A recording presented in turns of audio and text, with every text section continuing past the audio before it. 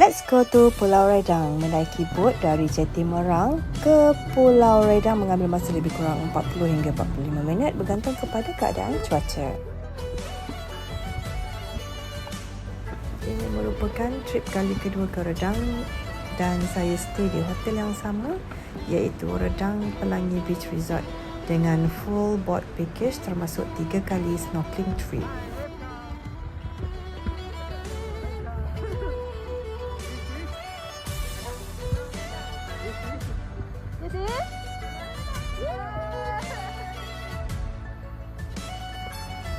Resort ni terletak di Long Beach. Tengoklah pemandangan dekat sini sangat-sangat memukau yang membuatkan setiap kali nak check out membuatkan saya memang susah nak move on.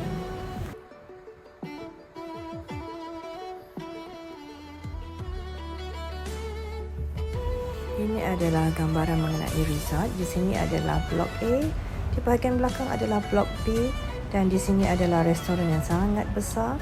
Di sebelah kiri ialah bar. Kawasan resort sangat bersih dan sangat terjaga.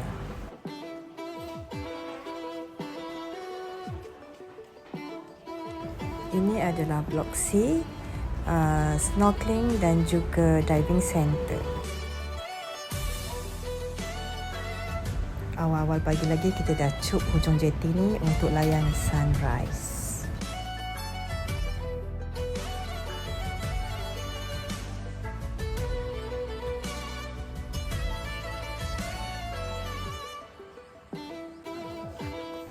Ini adalah ruang restoran yang sangat besar. Makanan dekat sini memang sangat-sangat variety and boleh makan sekenyang-kenyang yang boleh. Kalau habis kita boleh minta top up. Untuk air free flow.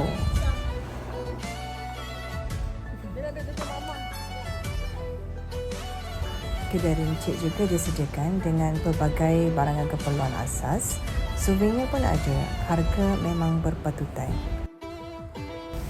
To this little cute squirrel and all staff, thank you for the awesome service.